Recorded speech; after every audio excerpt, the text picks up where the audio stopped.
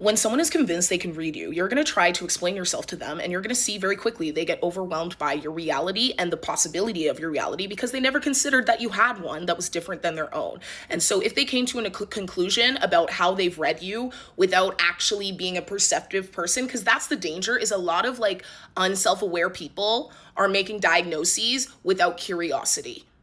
I think one of the highest points of intelligence in any different sector is curiosity. What happens when you're presented with opposite information? Do you freak out and start making it all about you and get defensive and reject this other person's possibility of their own humanity and their own experiences and how that factored into what they have wrapped up to be a simple assumption?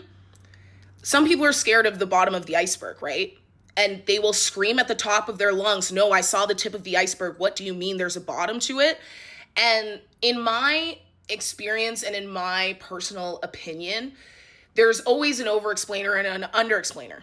There's an over-explainer who's going to try in 700 different ways to bend backwards to make somebody able to read them, because you know what? Contrary to popular belief, the person who is harder to read, whether they're being told that by this person who maybe is not very self-aware that they're this kind of person, that kind of person, somebody's putting a read on them that they feel is inaccurate, this person still wants to be known. This person actually does want to be seen. And that's why the hard to read person will become the over-explainer to try and invite those people in. But those people have already decided what that book is about. Did they actually read it? No. Are they curious about what's in? No. Not in the same way that you are and have been. And also, you are you really pay attention and you're really collecting data in a way that not a lot of people, honestly, you guys, not a lot of people are paying attention. If there's one thing I've learned in this lifetime, assume negligence.